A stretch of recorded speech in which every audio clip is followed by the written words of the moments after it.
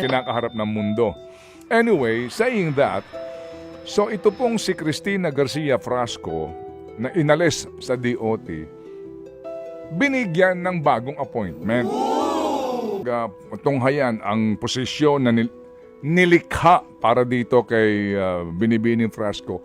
Ano ba appointment nitong si former Secretary Yulo? Po ay pang calling card lamang, calling card lang, at wala naman talagang opisina, wala naman talagang staff, okay lang yun.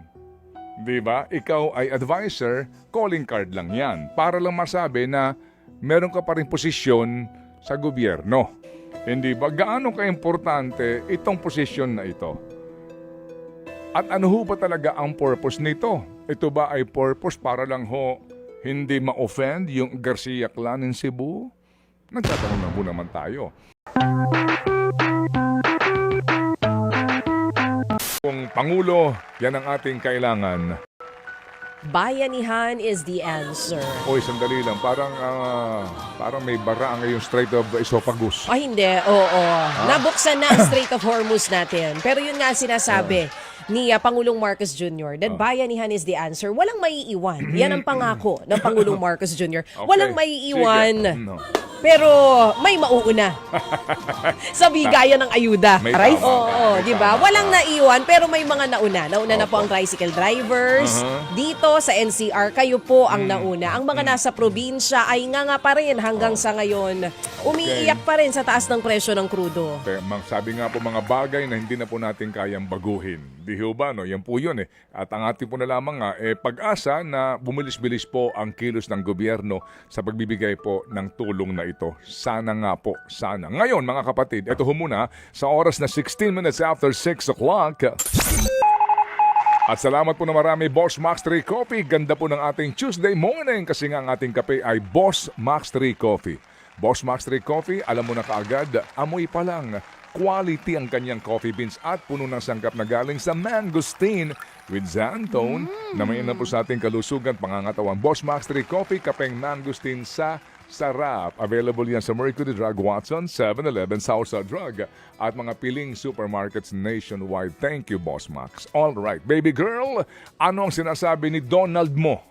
Basahin po muna natin ang ipinost ng presidente po ng Amerika na si Donald Trump sa kanya pong Truth Social. And I quote, sabi niya po dito, I am pleased to report that the United States of America and the country of Iran have had, over the last 2 days, very good and productive conversations regarding a complete and total resolution of our hostilities in the Middle East.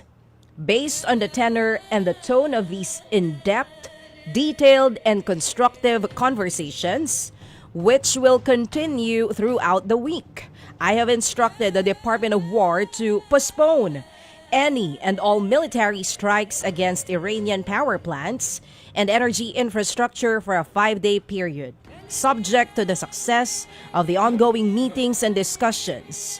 Thank you for your attention to these matters. President Donald J. Trump. Thank you. Well, sino ho bang hindi magagalak kapag ganito na ang statement ng pasimuno po ng gulong ito dito po sa ating ngayong problema ng buong mundo. Pero unfortunately ho, ang Iran may sinasabing iba. Alright, ang sabi po ng Iran, hindi totoo yan. Fake news. Oo, at wala kaming pag-uusap with the United States. Well anyway, meron pong ilang mga pag-aanalisa mga kapatid kung bakit ganito po ang statement ni Donald Trump. Ang kagandahan po dito nga, kung totoo na naman po itong sinasabi ni Donald, kasi nga baka depende ho sa gising niya, di ba? Kung totoo ho ito, magkakaroon po kahit papaano ng reprieve. Hindi ho ba? Kung totoo na hindi nila itutuloy na yung banta niya, nagigibain ang pinakamalaking power plant ng Iran. Kung saan nga po ang magiging epekto nga nito ay, well, wala na silang kuryente para po sa kanilang produksyon ng kung ano-ano pa mong mga bagay, di po ba? Pero ang banta ng Iran kasi, sige gawin nyo sa amin yan, nang sa ganon, matuloy na itong total ho na pagsasarado sa Strait of Hormuz at paglalagay din po ng mga mina sa karagatan sa Gulf, and then yung pong pagpapasabog sa mga Oo, power plant din ng mga kaalyado ng Amerika sa Gulf region. Antindi ng banta ng Iran, ano ho? Pero yun nga, mga kapatid, ito po yung pinakahuling development. Ano muna ang mga pangyayari ngayon, girl, bago natin tunghayan itong sinasabi po ng ilang sa mga nag-aanalisa kung bakit naging ganito ang tono ngayon ni Donald Trump. Ito ho'y nagbibigay sa atin kahit papaano po ng reprieve kasi nga ang Pilipinas po ay isa sa mga ngayon ay nagdurusa dahil po sa desisyon ng Israel at ng Amerika na bombahin ang Iran. Balikan lang po natin yung naging pahayagan nitong si Donald Trump. Ang sinasabi po mismo mga kapatid ng Iranian Parliament Speaker na si Mohammad Bagher Ghalibaf, walang negosasyon sa Amerika. Ayon po mismo sa kanila, ito daw po ay fake news. Yan daw pahayag na yan ni Donald Trump ay para lamang i-manipulate itong financial at oil markets at para makaiwas daw po ang US at Israel sa kinasadlakan nila ngayon na sila din po ang nagsimula. Ayon pa sa kanila mga kapatid, ito po ay sinasabi din nila na lalagyan nga daw nila ng mina ang lahat ng communication lines sa Persian Gulf, isang hakbang na posible pong magdulot na naman ng mas matinding oil disruption sa global oil trade. Kasabay din po ito nung pag-expire ng unang ibinigay ni Trump na 48 hours na dapat ay buksan na po itong Strait of Hormuz. Sa isa pa pong development mga kapatid, pinabagsak naman po ng Israeli forces ang Qasimiya Bridge, dyan po yan sa Lebanon.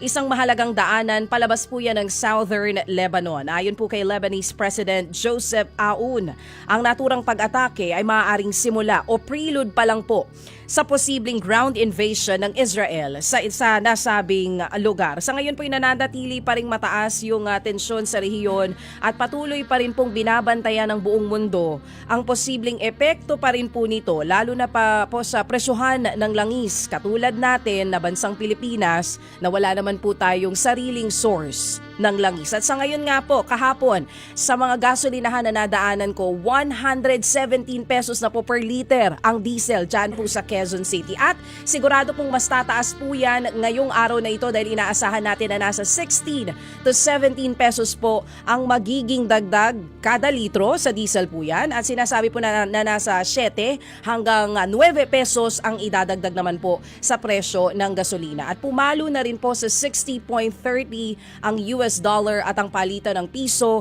pinakamababa po yan sa kasaysayan po ng ating bansa.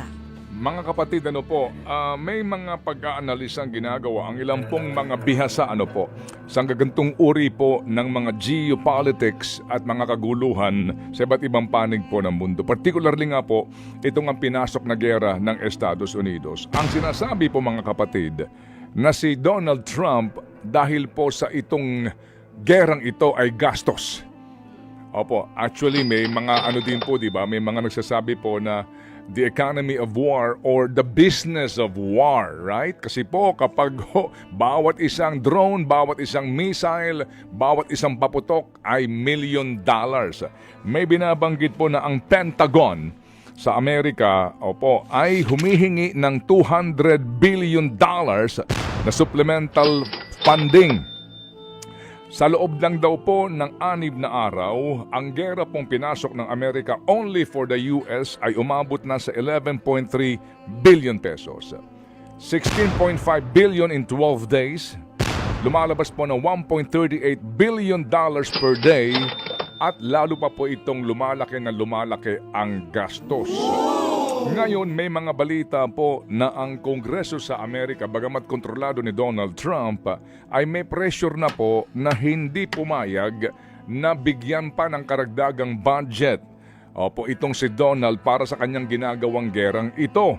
Kasi nga mga kapatid, lumalabas din po ngayon sa ginawa pong mga survey diyan po sa Estados Unidos, as we all know mga kapatid, ang Amerika po, ang kanila pong liderato doon ay very conscious din.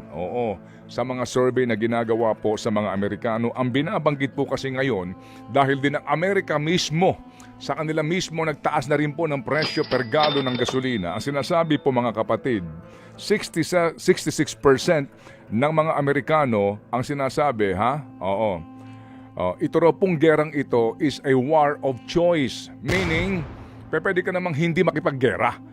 Diba? And then 60% ang nagsasabi na hindi daw dapat ito ginawa ng Estados Unidos o pinasok ng Amerika.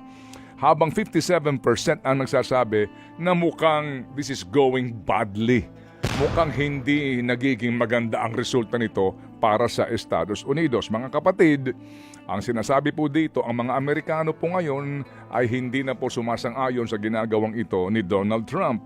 At maliban dyan mga kapatid, meron din pong reports na dahil nga po sa umabot na po sa 40 na mga energy assets across 9 countries, ang tindi ng danyos na nakakaapekto po sa global oil supply. At bumaba daw po, nabawasan ng 11 million barrels per day ang produksyon ng langis. Ito raw po ay mas worse pa noong 1970 na nangyari po during that time din po na may gera sa gitnang silangan.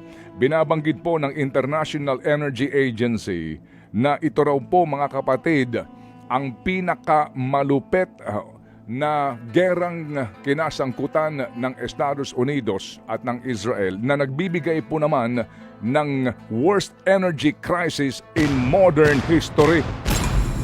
Yan ang binabanggit po nila kasi nga mga kapatid, ngayon po apektado na po hindi lamang ang supply ng langis kundi ang byproducts ng ilang pong mga energy na pinanggagalingan po halimbawa ng LNG na yan na Qatar ang pinakamalaki po sa supplier sa buong mundo. Ang sinasabi po, yung pong mga fertilizers ngayon umaaray na ang maraming bansa dahil sa epekto nito sa kanila pong agrikultura at yung pong helium na importante po. Halimbawa, ito pong itong Taiwan Semiconductor Manufacturing Company na kung saan po ito ang pinakamalaking manufacturer po ng mga computer chips. Mga tech products. Yes, Oo. opo. Cellphone, laptop, MRI, pati po itong mga sasakyan, Yes. Lalo na po sa mga electric vehicles, etc. If you recall, during the pandemic, nagkaroon po ng problema ang Taiwan dyan. That time ho naman kasi may supply, hindi lang matransport. Okay? So nagkaroon muna ho ng pagkabimbin ng production kasi nga wala silang factory work and then wala rin pong transportation. Yun po, klaro, temporary kasi nga eventually po nagkaroon na po ng awa ng Panginoon ng resolusyon doon sa pandemic na iyon. But this time, ang problema po nila yung source mismo nagiba. Yung source mismo nasira and it will take daw years and years to be able to rehabilitate yung factory po ng LNG dyan sa Qatar. Ngayon, ang sinasabi mga kapatid sa report, ito pong Qatar na siya po ang pinanggagalingan mostly po ng helium na ito, ang sinasabi ay nagrereklamo na mismo ang mga bansa na umaasa po sa mga chips na ito na nanggagaling sa Taiwan na apektado na po ang kanila din pong negosyo at ilang pa pong mga pangangailangan dito sa napaka-importanteng ito sa panahon ngayon ng digital technology. Correct. Alright. So ang presyo ngayon sa Amerika, antindi. Maliban doon sa ilang pong mga bansa, pati sa Europa, nagsasabi na rin po na kami dito apektado na rin. So yung pressure kay Trump, kasi nga hindi malaman kung kailan matatapos ito, napunta na po sa kanya mga kapatid ngayon. Kumbaga ang sa kanyang balikat na hello, sinimulan mo yan, hindi mo alam kung kailan matatapos. Ang akala mo, ganun lang ito kadali, gaya nung June na 12 araw lang ito, pero ngayon napaghandaan kayo ng Iran at eto na dinadamay na ibang mga bansa, kaya ang buong mundo na ang nagdurusa ng dahil sa inyo. Idagdag ko lang din sa sinasabi mo doon, partner, itong mga Yes, partner. Nvidia, Apple, AI systems po, nakadepende po ang supply ng mga yan doon sa binabanggit niya na helium na nanggagaling sa Qatar kasi critical po yan sa paggawa ng mga chips na ginagamit po natin sa mga computer, sa technology. At dahil nga po dyan, sa balitang yan, bumagsak po ang tech stocks ng daan-daan bilyong piso. So hindi lang po yung presyo ng krudo o langis ang apektado nito, maging yung ibang sektor po, mga kapatid, ay talaga namang umaaray na rin dito sa nangyayaring ito. Tumaas din po ng 93 cents per gallon ang gasolina, ang presyo ng gasolina dyan po sa Amerika. 66% ng mga Amerikano ang nagsasabi na war of choice lamang daw ito. Yung nga, Oo, tinabanggit diba? kanina. Oo. Ngayon At, mga kapatid, ito po practically po, sa ngayon, lumalabas po na dito natatalo ang Estados Unidos. Tama. Hindi lang po aaminin ni President Trump. Kasi nga po, ito pong ginagawa ng Iran ngayon na pagbabanta. Matapos silang pagbantaan, ito po mga kapatid ay sinasabi po ng ilan na this will be irreversible na kapag ginawa nyo yan.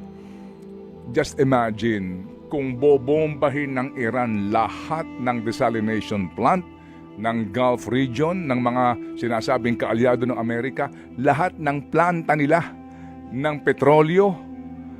Opo, ano ang magiging ibubunga nun sa buong mundo? Kaya mukha pong sana nga po nahimasmasan na po itong taong ito. Kaya ngayon, iba na ang kanyang statement. Buti naman, pero sana nga po, ito na ang simula. Oo, ng pagkakaroon po dito ng ceasefire, eventually po, nang mahimasmasan itong mga taong ito, na magkaroon na po ng resolusyon dito ho sa gerang kanilang sinimulan. That is the reality now. Hindi po inaamin daw ni Donald Trump na dito po talo ang Amerika. At ang Israel po ngayon, patuloy po na naman sila dito po sa kaliwat kanang bakbakan, hindi lang po dito po sa Iran, kung hindi sa kanila pong kapitbahay na Lebanon. Yun. At tayo dito sa Pilipinas, patuloy At sa tayo paghihigpit ng sinturon. Yes ma'am, at hindi po tayo nag-iisa. Alright, buong mundo po ito. And anyways, yung nga pong kagandahan po dito, dito po sa kanyang statement, agad pong bumaba ang presyo po ng crude oil sa world market by almost about Less than 100, 96 to 97. $5-10. Oo. Okay, umusad-usad ng kaunti ang stocks mga kapatid at naghihintay po today sa mga development. Ito po yung magandang balita po naman so far. At again, sana nga po magkaroon na po dito ng resolution nang sa ganun po maka-move on po tayo dahil sa ngayon mga kapatid, ito po ang ating pinakamalaking problema. Ang presyo ng petrolyo na ngayon po ay nanganganak na ng iba't iba pang mga problema, girl. Fertilizer po, sinasabi na ho ng ating mga farmers, sa planting season, apektado na. At maliban po diyan, lahat po, presyo po ng kuryente at maging tubig, tataas dahil sa peso-dollar exchange rate naman. At yun din po sinasabi na presyo po ng coal o panggatong sa world market. Ay, baby girl, muti-kamot nandiyan ka. Oo, sabi dito nila Kuya Aaron, sweldo na lang daw ang hindi tumataas. Wala. Alam niyo, pasalamat pa rin tayo. May trabaho tayo sa ngayon, ha? Lahat ng mga may trabaho ngayon, magpasalamat tayo kasi ang dami po talagang naghihirap sa panahong ito. At marami pa tayong pag-uusapan, marami pa tayong talakayan na mangyayari po mamaya. Ready ka ba sa 4 hours o gawin nating 5? Kasi marami tayong kakausapin eh. Nakukulangan ka pa ba sa 4 hours? Basta ho, again, mga kapatid, sa mga panahong ito, ito yung sitwasyon natin and we have to adapt, right? Yeah. Ang atin po lamang nga dito, yung kahandaan ng gobyerno. Wala daw pong krisis, pero may crisis committee na binubuo. Yun Alam na niyo nga yun, mga ganun pong usapin. Oo, But basically nga po, ngayon, ang silver lining dito, yung paggising sa atin that we have to be ready sa gantong mga sitwasyon. Ito pa, ngayon pa lang sinasabi ko na, ito, paghandaan natin to ha, baka na naman kung kailan nandidiyan, tsaka na naman sila bubuo ng crisis committee o pag-iisipan, pag-aaralan ito. Ano ito? Opo, magkakaroon na naman po tayo ng problema sa supply ng tubig. Kasi tag-init na naman. Alright, yung level ngayon sa mga dam natin, hindi siya as in sobra, nandun lamang po sa level, na medyo normal lang daw level, ho. oo. So we expect na naman, baka na naman kung kailan po Mayo, tsaka nagkukumahog na naman itong... Ganun naman tayo eh. Okay, Lagi sige. tayong last minute, di ka pa nasanay. So ngayon pa lang, ano ang remedyo natin na naman po dito, di ba? Baka kung kailan nandidiyan, tsaka tayo bubuo ng crisis committee, bagamat wala daw pong crisis. Mga nagmamaneho na, ang nagsasabi po na kinakailangan kaunti lang po ang diin sa accelerator sa mga panahong ito para tayo makatipid sa gasolina. Pero ang importante, hindi ka magtitipid sa iyong energy kapag panahon na ng pangangailangan at hindi ka masabihan ng excuse me ha. Kahit na mahal ang petrolyo, importante kondisyon ka pa rin. Hello, Ere. Dapat dito makapagpaliwanag din ang ating mga toll operators, baby girl. Kasi Yes. nga may kalituhan kung sa mga dumadaan, paano daw nila malalaman na may rebate. Parang wala pang detalye. Oo. Oo. Halos pareho yung inilabas ng MPTC maging ng SMC kung paano nila ibibigay yung rebate system nila. Doon daw sa mga ang dapat mag-explain ito sila talaga kasi Oo. even I myself meron akong question. You Tapos yourself, ha? yeah, oo, kahit hindi tayo kasama doon sa mabibigyan itong subsidiya na ito at Anong tulong. class ka ba? Ha? Anong class ka? Anong class? Anong class? Class 1 ako. Ikaw ba? Class 2 or class 3? What class? What class? Okay. Oo. Kasi nga po, itong discount na ito ay for class 1, 2, at 3. Ang sinasabi ng mga toll ng mga toll operators, Okay. rebate system. Pero, paano yung rebate system na iyon? Kailan yun magsisimula? May mga nagsasabi, 2 months lang daw ito. Effective March 23. Yun na nga, March Kahapon ito. 23. Yes, epektibo na po yan. Oo. Pero paano talaga yung magiging sistema? Ang sinasabi yung rebate daw po ay retroactive. Ibig sabihin, magsisimula yan mula sa date kung kailan nasimulan maibigay yung requirements para doon sa mga hindi pa nakapagbibigay ng requirements. Sinasabi din na i-release daw po yung rebate na yan linggo-linggo at direktang iki-credit for qualified accounts. Doon na papasok. Sino ang qualified at ano yung mga requirements? May sinasabi din kasi nga na yung daw pong mga sasakyan na under class 2 at class 3 ay dapat naka-RFID at nakarehistro sa LTFRB. Alright? At meron po daw certificate ng franchise para makakuha ng sinasabing mga rebate na ito. Hindi lang yun. Dapat daw good standing yung account mo. Laki kaya ng discount. Oh. Magkano? Oh, 5 piso dito sa Oo. Oo. Hello, count your blessings kaya. Naman, malaking bagay yan. Oo. Lalo na kung araw-araw ang daan. Oo, kung araw-araw ang daan, malaking bagay yun, ha. Tsaka kailangan good standing daw yung Bilangin natin ang mga account. biyayang ito, mga kapatid. Tama. Because halimbawa, ito hong sa NLEX, mga kapatid, para po sa open system, yung pong kumbaga pagpasok mo at doon po sa ilang kilometro itong open system dito. Di ba ikaw sa open system ka? Kasi nga hanggang di ba malolos, tama? Ha? Doon ba ako nakatira? Hello, sa Forbes ako. Pinagsasabi nito ni Ted Filon. Sa Forbes ako nakatira, doon ako dinideliveran ng maleta. Ay, sabi nito, Ay, sorry, may Forbes naman sa nakalimutan ko. NLEX. At narong number ako. Oo. Sa open system. Kapag sa class 3, malaki-laki rin po ang diskwento nila. 16 pesos. Hindi po ba? Sa mo naman hahagilapin yun, yung 16 pesos kung sakali po. Pero, ang iba ho naman din nagtatanong nga kung sakasakali na baka pwede raw pong maambunan yung class 1. Na mga sasakyan. Pero yun na mas marami. Alright, sige po. So mamaya, hopefully nga po, kami natawag sa TRB, kami ho naman ipinupukol sa DOTR. Tanging yun lang po daw, secretary ng DOTR ang makapagsasalita ngayon in behalf po ng TRB, kung saan po naman siya ang tumatayo na pinuno din diyan, at saka po sa LTFRB at maging sa LTO. Anyway, Yes, Mr. Chair. are you Would you like ready? to manifest something, Mr. Chair? yes, I'd like to manifest, Madam Speaker, that the lady from Forbes Park is looking good. Thank you. Never forget that this is the lady from Forbes Park, Himlayan branch. Is there any objection? There being none, The chair hears none. The motion is approved. thank you, Madam Chair. Oo, salamat po. Alam mo naman sa amin sa Forbes, hindi namin masyado nararanasan yung pagtaas ng presyo ng krudo. In Ano fact, yun? 24 hours kami doon na naka-aircon. Bakit? Ikaw ba naman may delivery ka lagi, hindi ba? Sige. Kayo, kamusta? Kamusta kayo? Oo. Ilang oras na lang ang aircon? Nagbawas na ba? Oo. Dito kami sa sa Corinthian. Ba? Ayos ah. Ito nga po ay bahagi nito hong broad, Malawakan. maramihan Oo. po na mga organisasyon, hindi po lamang ito mga kapatid, mga nasa mismo nagmamaneho o Yes. namamasada, kundi pati ho mga manggagawa ay kasama daw po dito sa binabanggit po na strike na ito.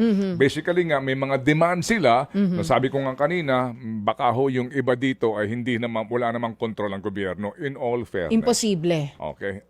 Okay. Ngayon, mga kapatid, baka lang po hindi nyo alam, no, sa mga late tuners po natin, kanina nga napag-usapan namin na may mga development ngayon sa gitnang silangan.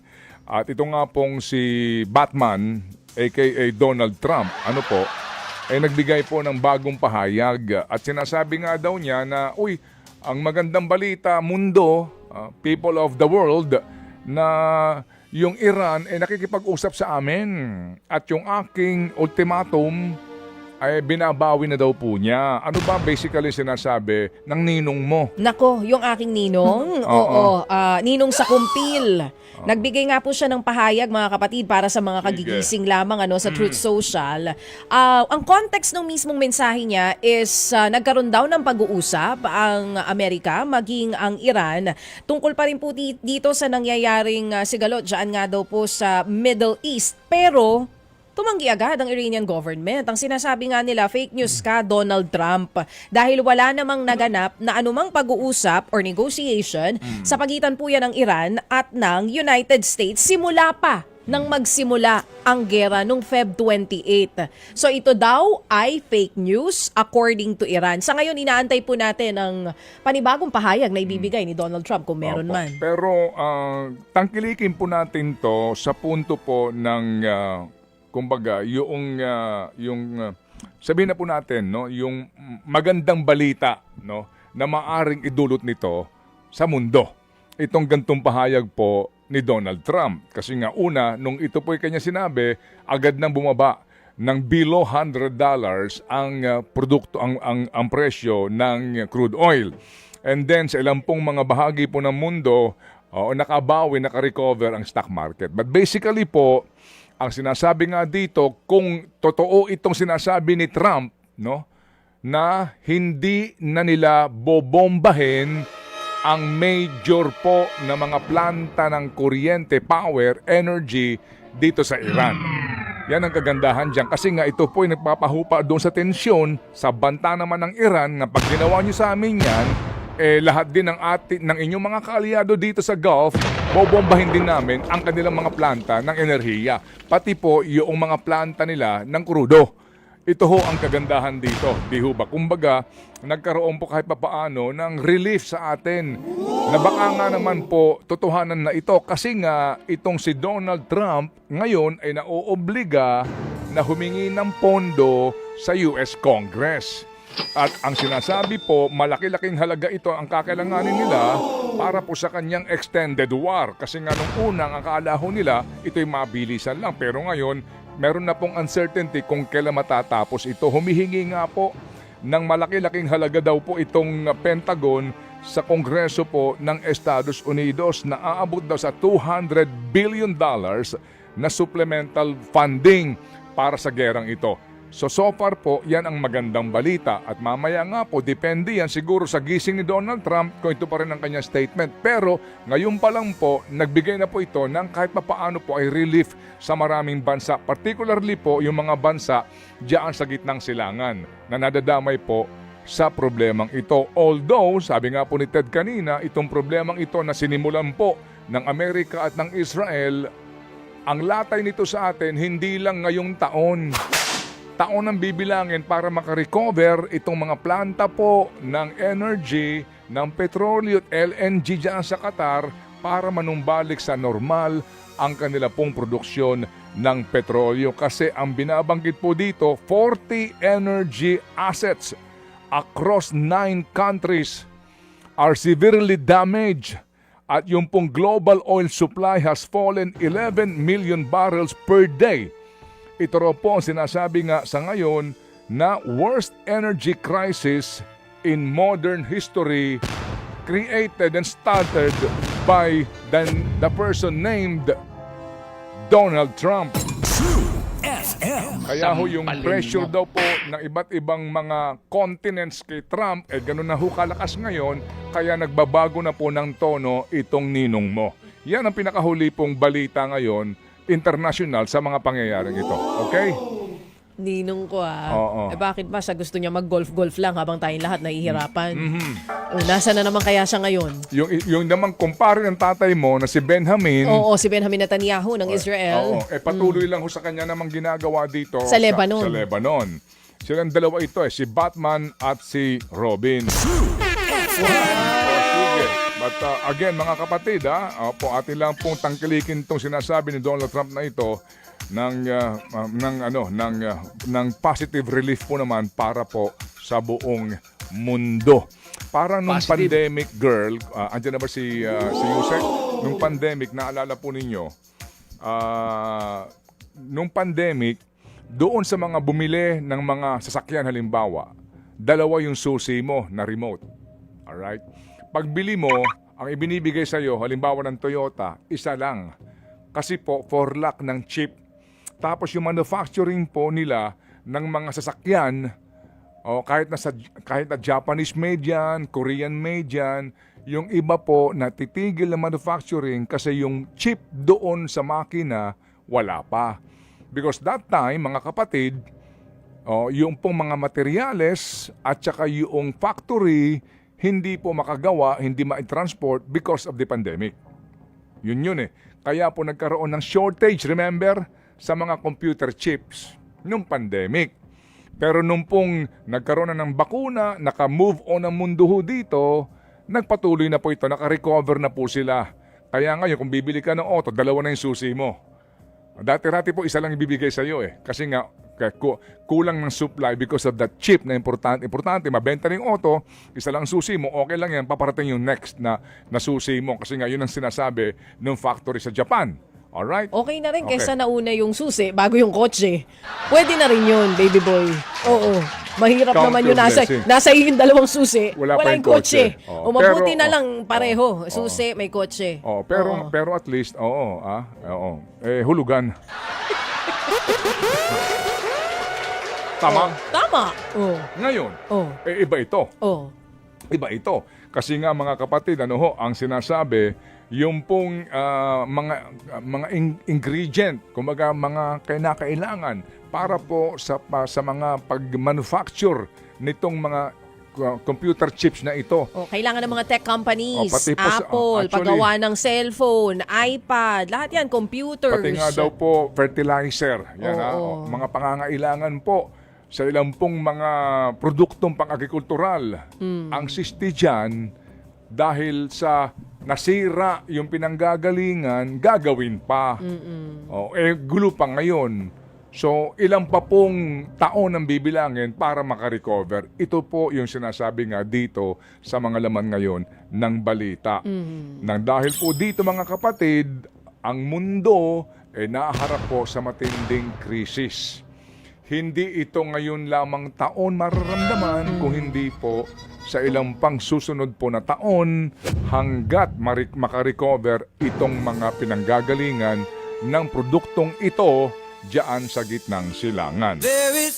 Kaya nga siguro, baka ho naman awa ng Panginoon, makagagahom ika nga sa mga waray-waray na nahimasmasan na po itong si Donald.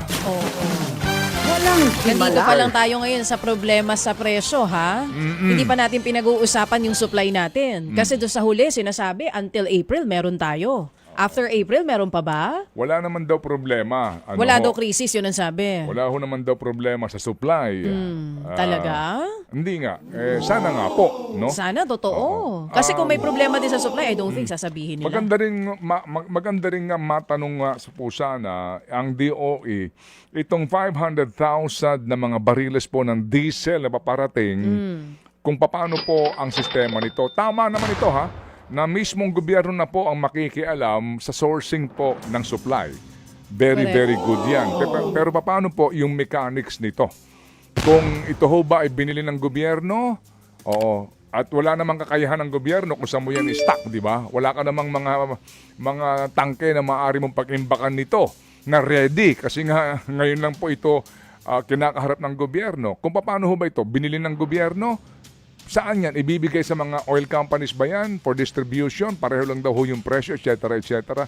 Yun ang maganda po makuha natin yung detalye. Pero ngayon nga po, at ito'y pinag-uusapan na ang dami ng kaisipan na lumalabas, no? Yung pong oil deregulation law, may mga nagsasabi, wag niyong itutuloy yan kasi baka sa halip na baka maging iba ang epekto niyan kasi diyan dapat di pinakikialaman. Sabi naman ng iba, hindi. Dapat nang i-repeal yan. Kaya namin tinatawagan na si Tito Sen, ano ba ang kanyang ideya kapag po na-repeal itong kanyang gustong mangyari nga, na-repeal ng oil deregulation law. Ano ba ang kanyang alternative? Kasi po yung iba sinasabi nga na huwag mo nang pakialaman yan. Kasi nga yan pribadong sektor dapat.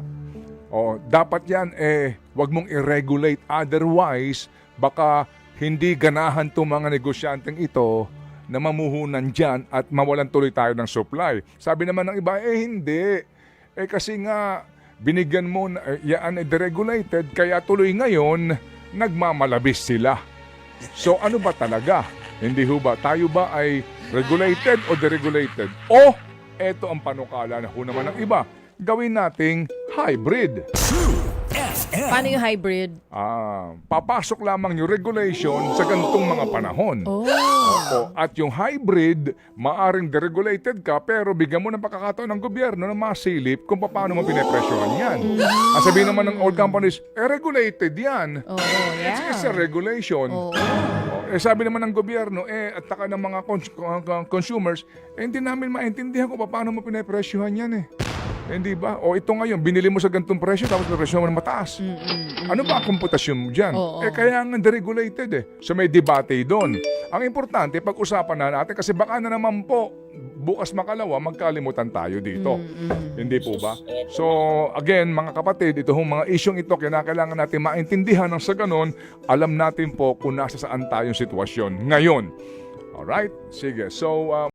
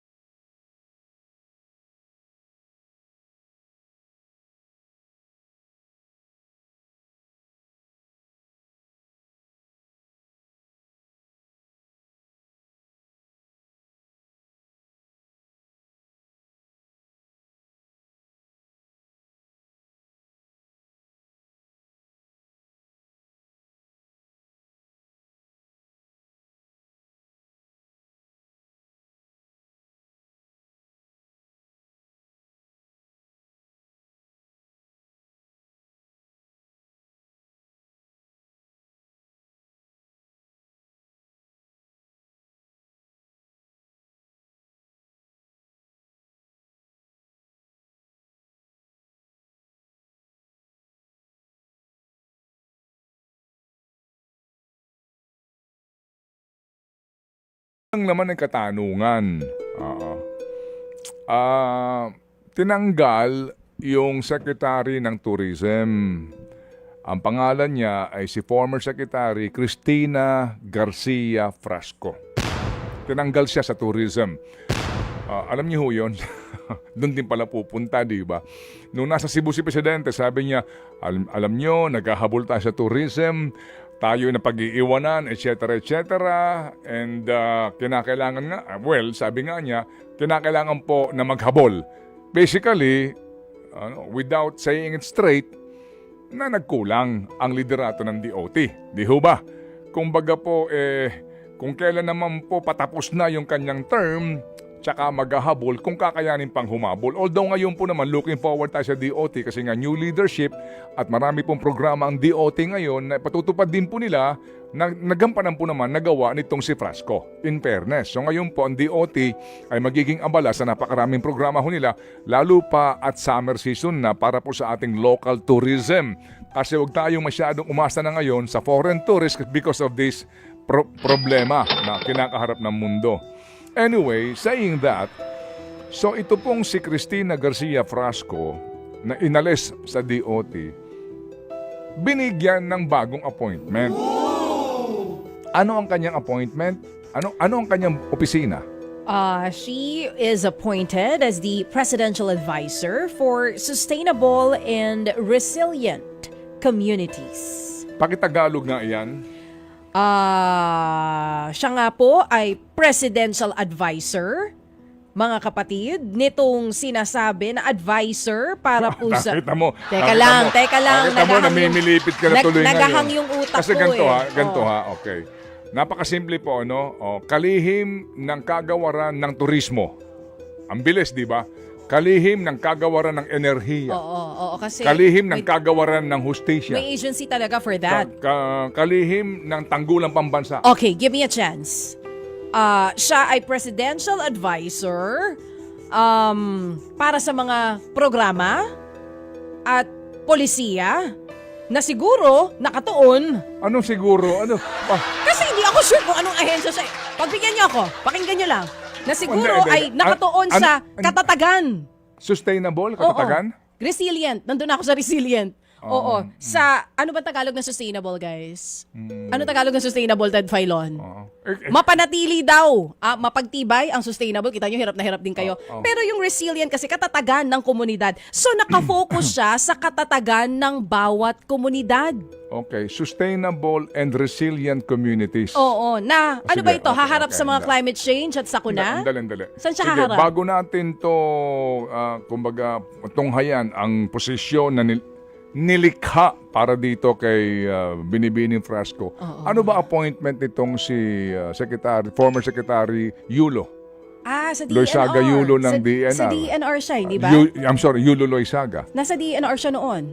Kaya nga, binigyan siya ng isa pang ng panibago na naman pong assignment. May bago na namang posisyon? Oh, yes, di mo alam? Oo, for Madam Yulo Loizaga. Yeah, okay. Kasi tanong mo kung medyo hawig sila sa wordings ha. Pero saan nanggaling itong opisinang ito, posisyon na ito? Advisor for Sustainable and Resilient Communities. Sustainable and Resilient Communities, saan? Alin? Anong kanya posisyon? Ito naman kay Maria Antonia Yulo Loizaga is Special Envoy for Disaster Risk Reduction and Management na ang sinasabi ay tututok daw Okay. sa Envoy disaster naman prepare. siya. Envoy siya.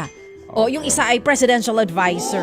When you say envoy, ano ibig sabihin? Tagapagpayo ng Pangulo ba siya? Hindi. Advisor din ba yun? Advisor yun. Ano ibig sabihin ng envoy? Di ba ang Life boy lang ang alam ko. Di ba ang envoy, hindi yung amboy, American boy. Iba yon. When you say envoy, what is an envoy? Di ba may parang ang dating kinatawan? Oh, para bang di ba messenger. para bang US envoy Representative. to the Philippines? Oo. Di ba parang embahador? Tama yung when you say envoy. Ba't yung pag ginagamit yung envoy, nilagay nyo special representative? Nagigigil ako sa inyo. She's a representative. So ito muna. Representative siya ng ano? Mahaba tayo dito eh. Oo. Meron lang tayong... Anyway, ang tanong lang po natin dito, itong sustainable and resilient communities, ano ito? Tanong natin, itong appointment na ito ay ginawa sa mga panahong ito, di ba? Kailan siya na-appoint? Ang tanong dito, saan ang office nito? May office ba ito talaga o lumikha ng office para sa kanya? Kasi po kung ito po ay pang calling card lang, at wala naman talagang opisina, wala naman talagang staff, okay lang yun. Di ba? Ikaw ay advisor, calling card lang yan. Para lang masabi na meron ka pa rin posisyon sa gobyerno. Pero kung ito po ay talagang opisina, hindi pagtitipid yun, ha? Hindi ba? Kung ito po ay kung lilikha ka ng office, kukuha ka ng secretary, staff, etc., ay hindi pagtitipid yun. Hindi ba? Gaano ka-importante itong posisyon na ito? At ano ho ba talaga ang purpose nito? Ito ba ay purpose para lang hindi ma-offend yung Garcia clan in Cebu? Nagtatanong na po naman tayo. na hindi lang po ma-offend ito pong sinasabi na maaring itutulong nila sa paparating pong pambansang halalan sa 2028? Nagtatanong lang po naman po tayo. Kasi kung True. hindi nakapag-perform, tapos boxing, tanggal. Eh bakit may ganito pang opisina? Bakit may ganito pa pong mga sustainable and resilient communities Jubalo Chenes, di ho ba? Oo. Well, kung ako ang Palace Press Officer, ang isasagot ko, tayo'y nalalagay ngayon talagang sa problema. Kaya kailangan nating maging resilient sa bawat komunidad. Kinakailangan yan. Yang Presidential Advisor for Sustainable and Resilient Communities. Kung gagastos man tayo dyan, mga kapatid, talaga namang worth it yung igagastos natin. Kasi kinakailangan maging resilient ng bawat komunidad. Kailangan maging matatag sa bawat pagsubok. Kagaya na lang ngayon, hindi ba't may pagsubok tayong pinagdadaanan? Sa langis, pero hindi pa yung krisis. Palagay ko, baka sabihin naman dito ng mga kung may question at nagtatanong lang naman, baka ang ibig sabihin nito is to sustain the support of the Garcia clan. Oo.